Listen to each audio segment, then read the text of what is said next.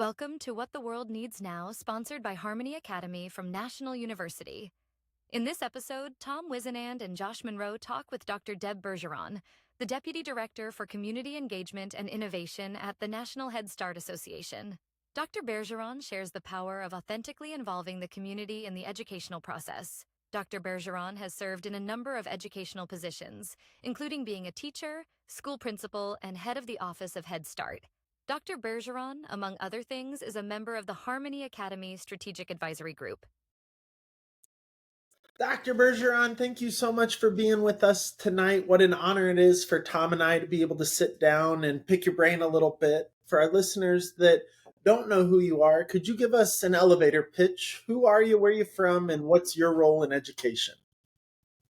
My name is Debbie Bergeron. I am from all over. Grew up as a military brat, so I kind of traveled a lot. But I've spent most of my adult life in Northern Virginia, working in a number of different school systems.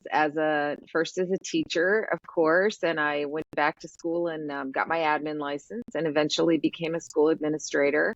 And thought I was going to be a superintendent. Got my superintendent's license and my PhD, and then got a call from the Office of Head Start back in 2018 to lead the Office of Head Start, which was a really weird career twist, but it was the best thing ever and had led me to the work that I'm doing now for the National Head Start Association. So it's been kind of a windy journey, but a lot of fun.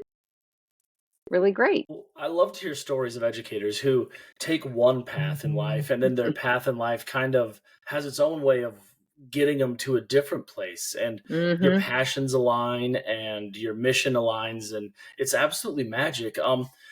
I'm familiar a little bit with Head Start. Um, we know it's an education, but give us a little bit of what is Head Start? What does it really entail? Sure, sure. So when I got called in 2018 to go do this job, I knew Head Start from being an administrator and having a classroom in my building, both in DC and also in Manassas City. Head Start was part of our elementary school. But beyond that, I really had very little information. And so it was a really interesting, sort of thrown into the deep end kind of job to learn about this program. And like you, I would have said, well, it's preschool, which of course it is. It's early childhood education, child development, prenatal through age 5 until kiddos go to school, go to kindergarten. But really, I see Head Start as more of a program to lift families out of poverty. And it does that through support for children, in my view, when their parents are most open to getting support. When you have a new baby and you're responsible and it's overwhelming, you're willing to listen to people who say, hey, if you do this, this would be better. And so Head Start's able to connect with families and parents at a time when they really need it, and they're very vulnerable. Head Start specifically serves children and families living at or below poverty. There are a couple other ways you can qualify for Head Start, but in general, there are things that are challenging. Um, and I think what ends up happening is because the program is designed so uniquely, families create this trust relationship with an institution that they've just never really experienced. And what comes out of that is this really strong foundation for their children. And sure, in the meantime, their children are learning literacy and math and science and how to stand in line and sit quietly and take your turn and all those things that we teach children in in early childhood. Um, but I think the thing that lasts the longest is the foundation that it's building in the home for those kids. So after they're out of Head Start and they're 5 or 15, have a little bit more foundation to make good decisions and grow. It's so important in every form of education that we partner with families. And it sounds like you guys are doing an amazing job of doing that. Do you have any advice for general educators like Tom and I on ways that we can partner with families in the sense that you are as well? Well, that was probably the biggest learning curve for me when I don't know about learning curve, but like aha moment when I went from K-12 into only working in the Head Start space was meeting these families and parents who had such a good, positive trust relationship with the program and thinking about how heavy a lift that felt in the school system for me. And I had good relationships with families. I worked in really good school systems for very, very good schools, for good leadership. So I have no complaints.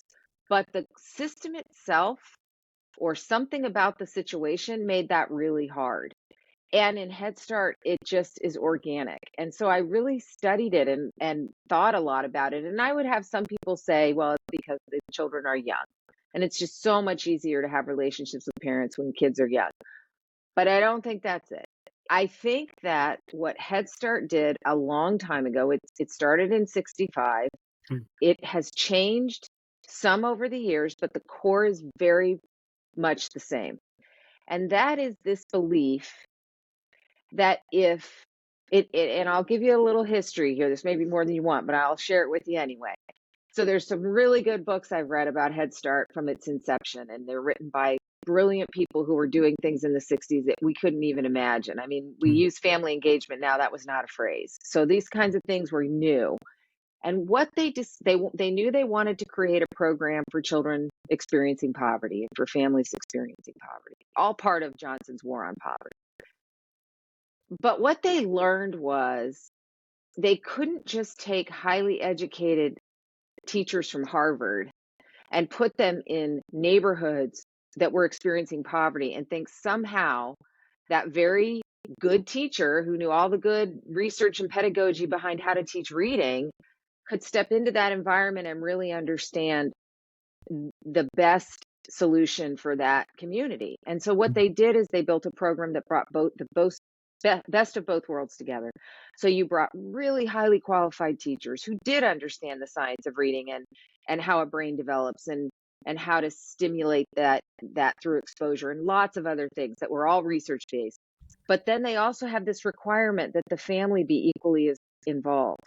And so it was really a partnership, and the belief was people who understood the culture and the children themselves and the families brought something unique to the table and were real Mm. assets.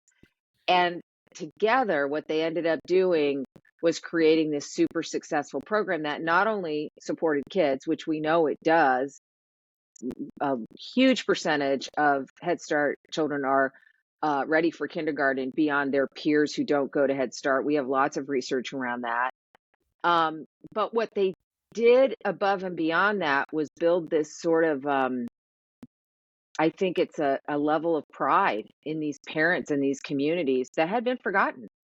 And so all of a sudden you had these people saying, hey, we actually can do important things and be contributors in this process. And we don't have to have degrees to do that. It's not about having like necessarily having the degree. It's about understanding the community and loving your kids and wanting the best for them. So I think that really is the core of what makes Head Start fantastic. And then there are all these regulations that go with it that when you do them, relationships form and things like making sure parents are part of decision making and trusting them to have a say, but not just in a formality, not just to have them on a committee, but really Mm. listening to them and letting them have some agency. Um, and I think we have started to see in the last, I would say 15, maybe longer years in the school systems of seeing this kind of outreach to families start to sort of bud. I know when I was working in DC public schools, we did a whole lot with families, and I can draw parallels in some of the work we do in Head Start to some of that work. And in Manassas Park, I was in a smaller school system in Northern Virginia, and we did home visits for ninth grade students. Pretty unheard of in high school. But we went Yeah. into the home and we said, hey, we're here and we're excited that your freshman is going to be at our high school next year. And those kinds of things have started to happen in schools. And I know Harmony Academy does a lot with parents. I mean, that's why, I have worked with them in some of the other work that I've done, because there is that really authentic connection they're making with with families. What you're saying is so true because on we teach in the third largest school district in the state of Nebraska. Josh and I both do. And in our strategic plan for our school, our site plan, it does specifically name parent engagement is something that we are pursuing in pursuit, I guess, of being a great school, right? It's recognized, it's appreciated, and the parents appreciate it too. So it's really awesome to hear kind of the Hmm. history and how it kind of got going and kind of got understood that yeah, parents do need to be part of this education Hmm. community. Hmm. Another thing that I really value in what you said was how organic it really Hmm. was that um, we're not going to send you to this place. We're going to partner with this Hmm. place, this community, and we want the community to own the education of our youth, of these most vulnerable humans, right? I think Hmm. that's so rich. Um, it's changed a lot. Education's changed a lot, but this I guess secret sauce of you know for It's a lack good of a better term. word, right? Um, times are changing, things are different. What does that look like in terms of Head Start and some of the policies that may or may not be in place or coming or going? How does an organization like Head Start try to navigate some of the Hmm. chaos in the political environment?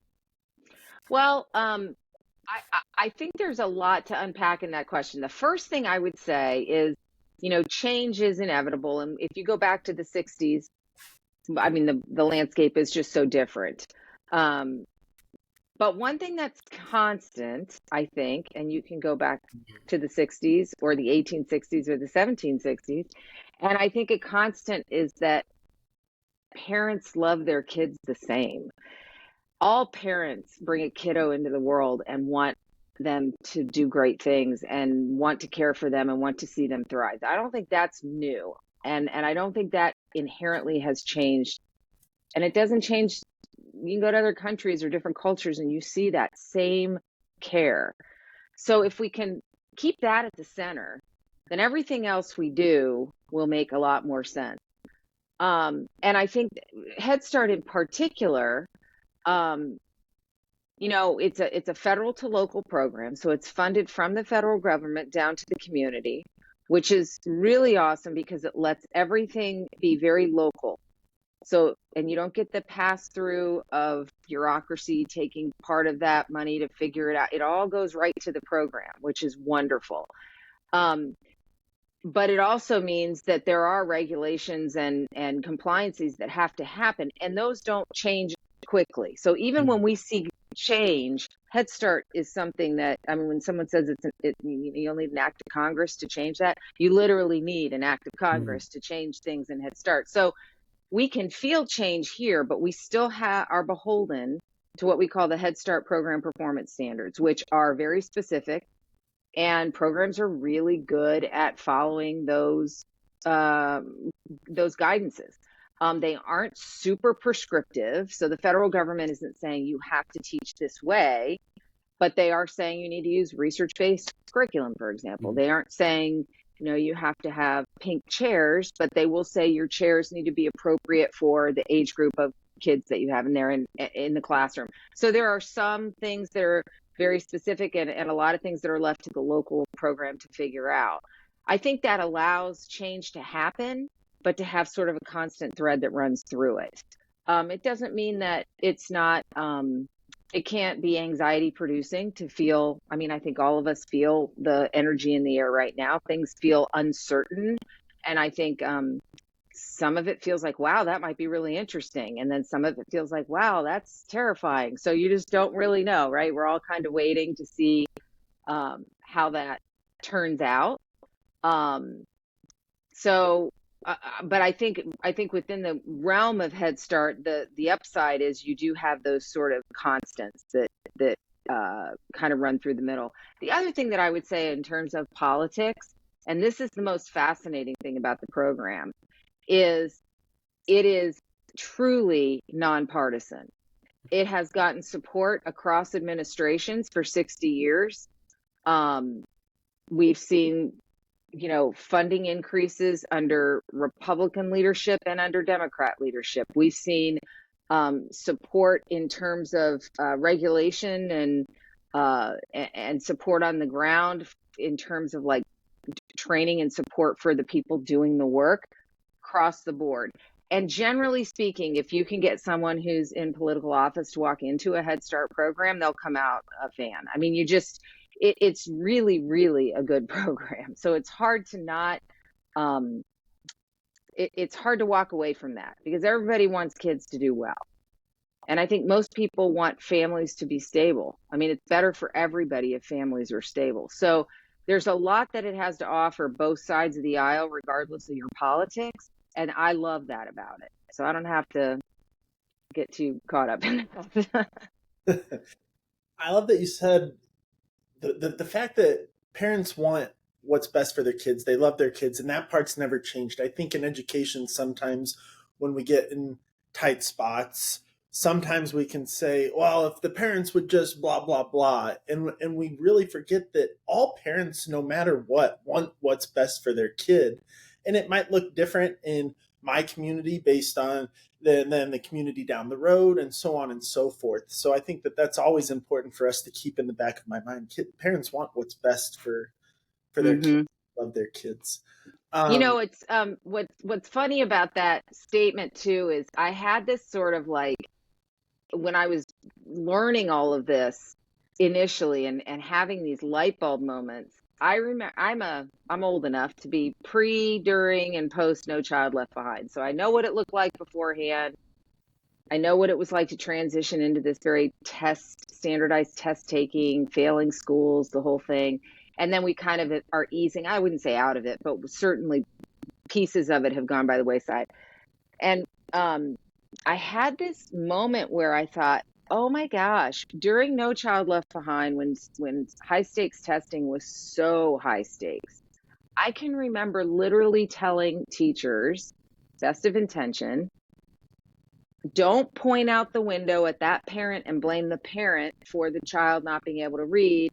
This thing, look at yourself. What can you do to help that child? It's more about, we can do this. It was a good intention, right?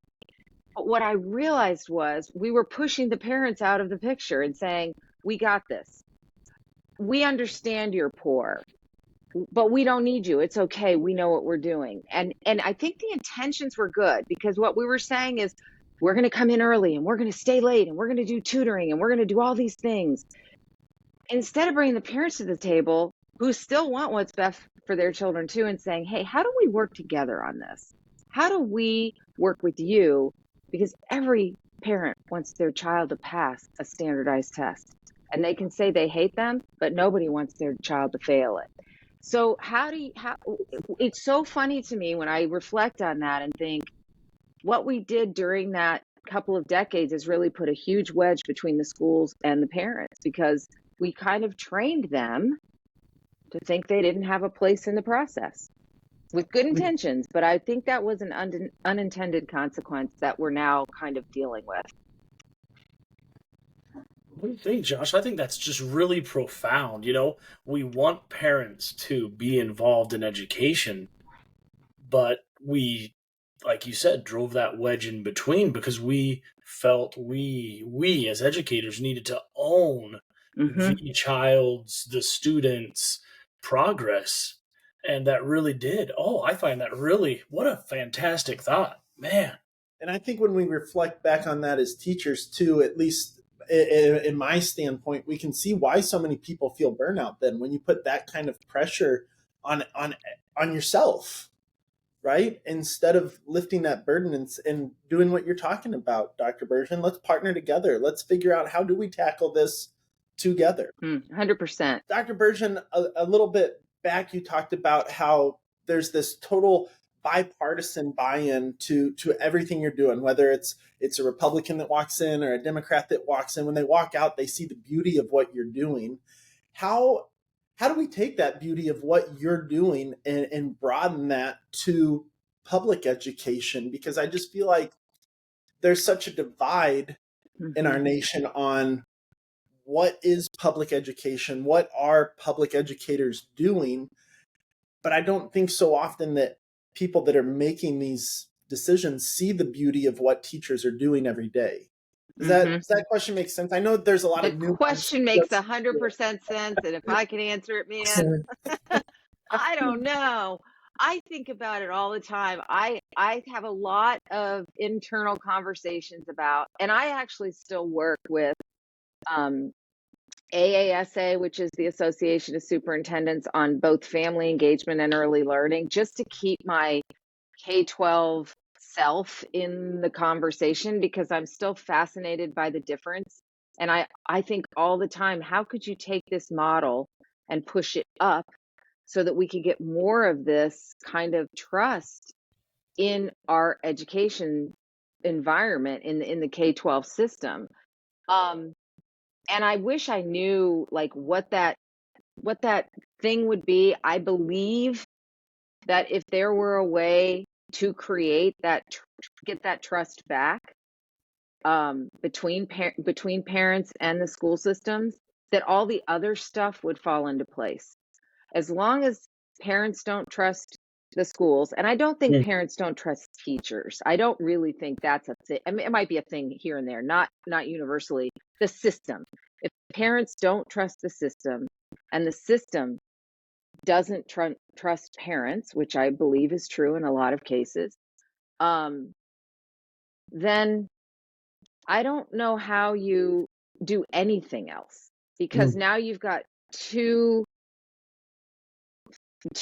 lanes, two like groups of with an interest, and they'll both tell you the child is the most important thing, but you can't work together if that trust isn't there. And so I think we have to really think about how to rebuild trust, and someone has to make the first move. It Mm. can't be, okay, 1, 2, 3, we're both gonna do something great. I don't think that's gonna work.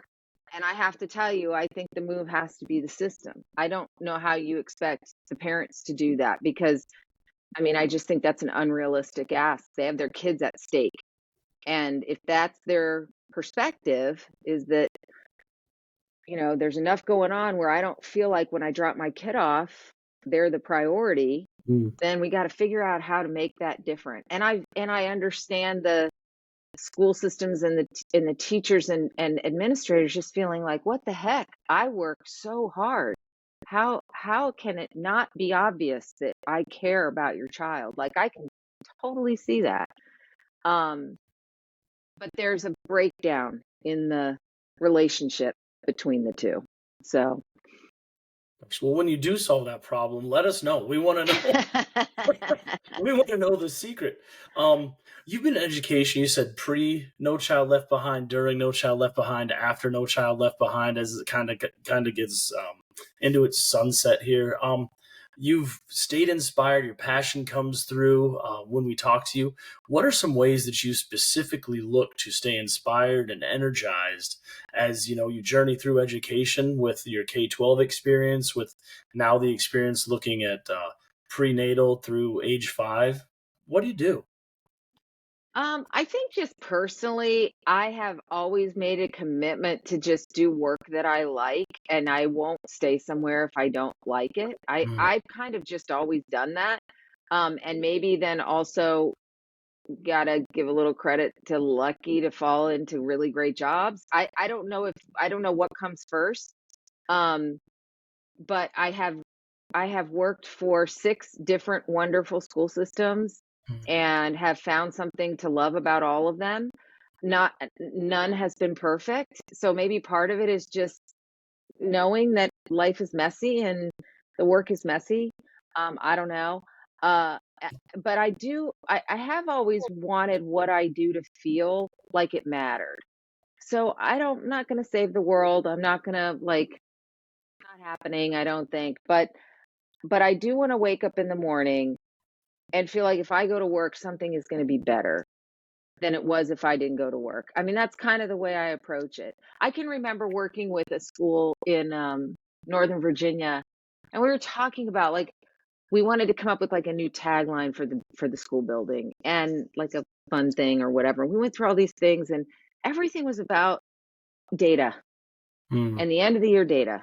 And that's what mattered. I mean, and I knew that's what was going to that was what was going to move the needle. I was in administration. I mean, that's just the reality. But I thought, what would happen if we made our motto just about today? And we didn't think about tomorrow. We just thought about today. So we made it, and I wish I could pull it right out of my head, word for word, but it was something to the effect of make today a good day for a kid. And Mhm. just today. And if they fail the reading test in May, we got to figure that out. But if today they have a good day, then I have a feeling that the test in May will be better. And I think that just got everybody focused on the present moment.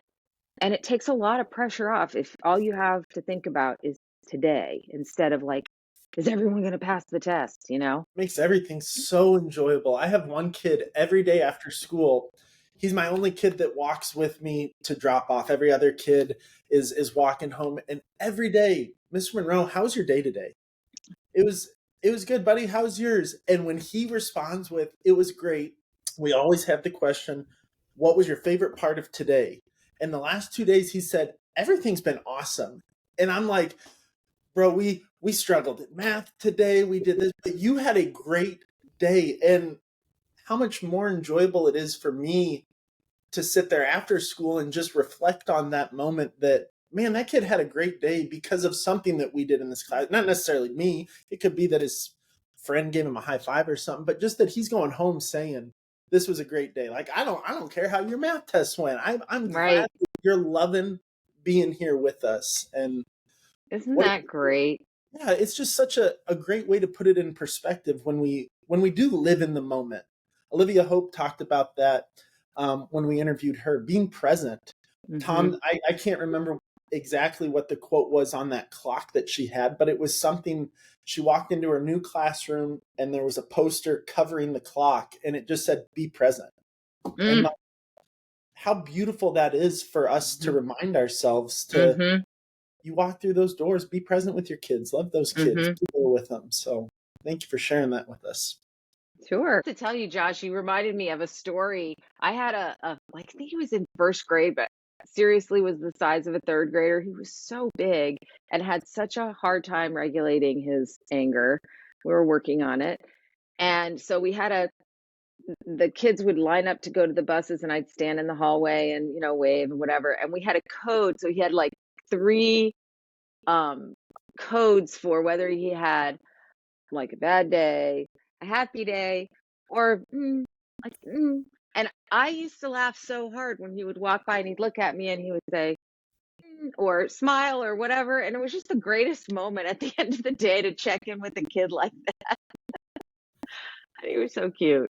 How powerful is that for him though too, to internally just check himself and Hmm. you know not that you're comparing days, but be aware of how his day Yeah. was and have an adult that he knew he could count on, have an adult he knew he could look for, and to share just that little Yeah.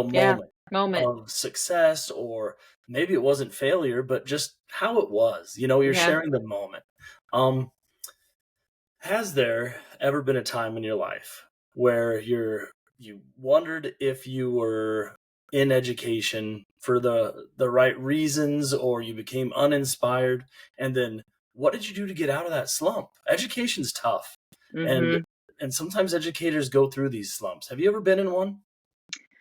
Um, the right answer is yes, and this is what I did, but I'm just going to be honest. Like, I don't live in that headspace. I just won't do it. I don't want to say like I'm never overwhelmed or I always love it when I have to stay after school with a kid who got in a fight. I mean, those are bummers. I had moments as an admin where I missed my own kids' stuff because talking to the police at a high school or whatever. I mean, I had to do things that I didn't love.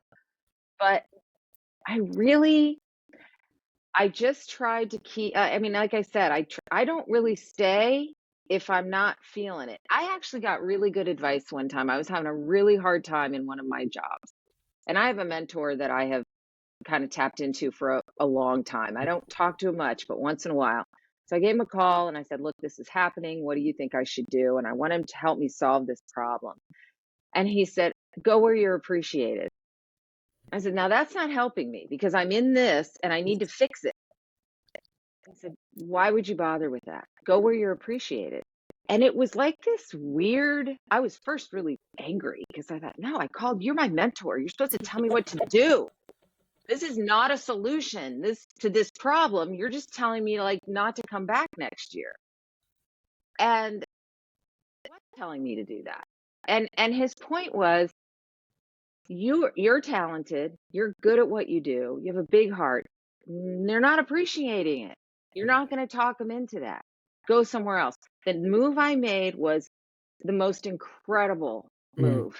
And when I landed at the new place, I felt like we were meant for each other. They appreciated the energy I brought, and I loved that building and the people in it and the leadership, and I loved every minute of it. And it was really hard, but I really loved it. So I think that was like really sound advice. I think sometimes we feel like things get really hard. And I'm not saying you should job hop. I mean, you can't quit every time things get hard. But I think if you get to a point where you feel like you need to fix the system, I think I would just go to a different system or go to a different building. Because if you're spending all your time trying to fix things that really are not your lane, it can be really overwhelming. And it's also kind of impossible because it's not your job. You know, if I don't know if that's great advice for everybody, it worked for me. And I've stuck to that mantra for my own kids and just said, like, you all are smart, you're hardworking, you're kind people. If you're not feeling that way, I think the environment's wrong. Go where that's brought out of you. You know, like your job should bring your best out of you, not push you down. Yes. Yes. I I don't also know. love how you said, I don't live in that headspace.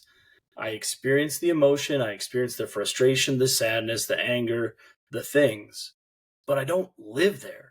I move on. Exactly. So powerful. So powerful. Sometimes we have to remind ourselves the work we do is important, no doubt.